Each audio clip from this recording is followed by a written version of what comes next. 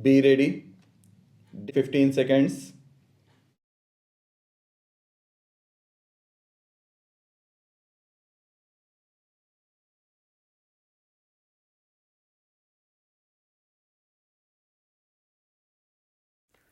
I am pleased to be here at the inaugural session of the India Economic Summit organized by the World Economic Forum and the Confederation of Indian Industry.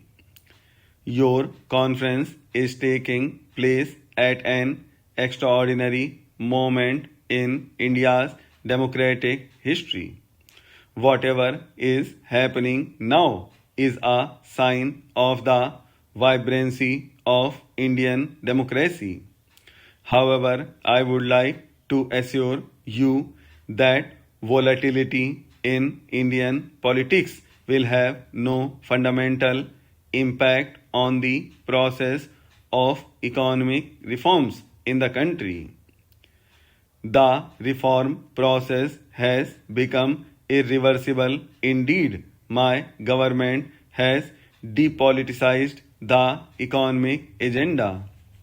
Your summits in the past have fostered constructive interaction between foreign and Indian business and with the government.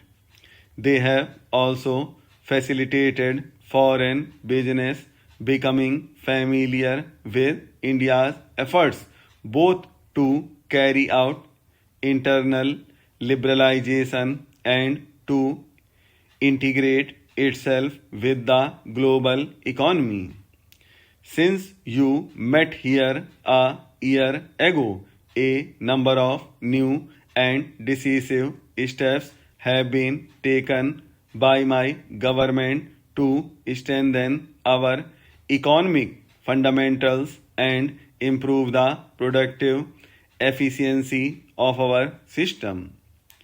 In the schedule of your meetings over the next few days, you would be interacting with some members of my cabinet, some distinguished businessmen, economists, and senior government functionaries. They would outline for you only what has been achieved during this period but share their vision of the economic agenda for the coming months. In the last 9 months, my government has taken important initiatives over a wide gamut of economic issues, which cover insurance, capital markets, information technology, housing, and infrastructure, to mention a few. The reform process initiated is wider and deeper than any comparable program earlier. Its multiplier effect would have long term beneficial impact on the economic and social development of India. We also take some pride and satisfaction that given the turmoil in the rest of Asia and many other parts of the world, our macroeconomic fundamentals continue to be strong. They create new opportunities for private investment, both domestic and foreign. A GDP growth of well over 5%, inflation below the double digit number, comfortable foreign exchange reserves, positive growth in agriculture, stable exchange rate management coupled with sectoral initiatives have reaffirmed the government to a policy of liberalization with suitable checks and balances. I have said so earlier and would reiterate today that there is no panacea to bring about high rates of economic growth here. Discussions are going on within the Bretton Woods institutions, the United Nations, and other forms of reform of the global economic architecture. We will participate constructively in the dialogue so that the emerging reform process can durably address the malaise that has adversely affected many countries.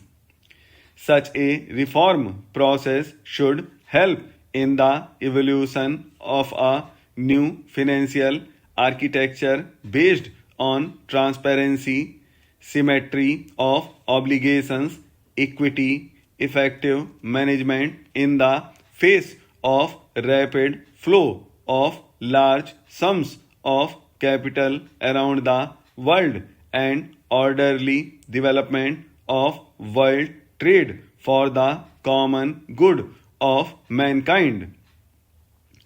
Poverty alleviation must remain the central objective of international action.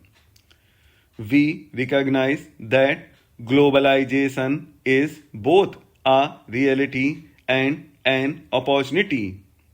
We are convinced that nations cannot prosper in isolation and must forge complementary relationships based on mutuality of interests. India is committed to the continuation of its policy of liberalization coupled with effective social safety net. We will also pursue policies to maximize the gains from the opportunities which globalization offers, while ensuring that credible mechanisms are in place to mitigate the risks that are inherent in this process. Our aim is to be a strong nation so as to be able to live in peace, prosperity, and dignity. We recognize, however, that the strength of its economy. Whatever we do to strengthen our national economy, we will do it in a manner that will simultaneously strengthen the democratic policy of India. Whatever we do to strengthen the democratic polity, we shall simultaneously strengthen the secular unity of India. And whatever we do to strengthen our democratic polity and secular unity, we will bear in mind the need at all times to dramatically reduce poverty in the shortest possible time. In this endeavor, our approach is the same as that advocated by Professor Amrit Sen, the great Indian economist who won this year's Nobel Prize for Economics, namely liberalization and globalization. Yes, but with a credible program to improve the social sector. Many of our initiatives in the social sector are aimed at providing nutrition, hygiene, health, and education to those large numbers of our population who continue to be the victims of poverty. India is a democratic country.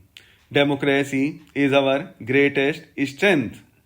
Freedom of thought, freedom of action, freedom to live with diverse faiths and systems are fundamental to our culture.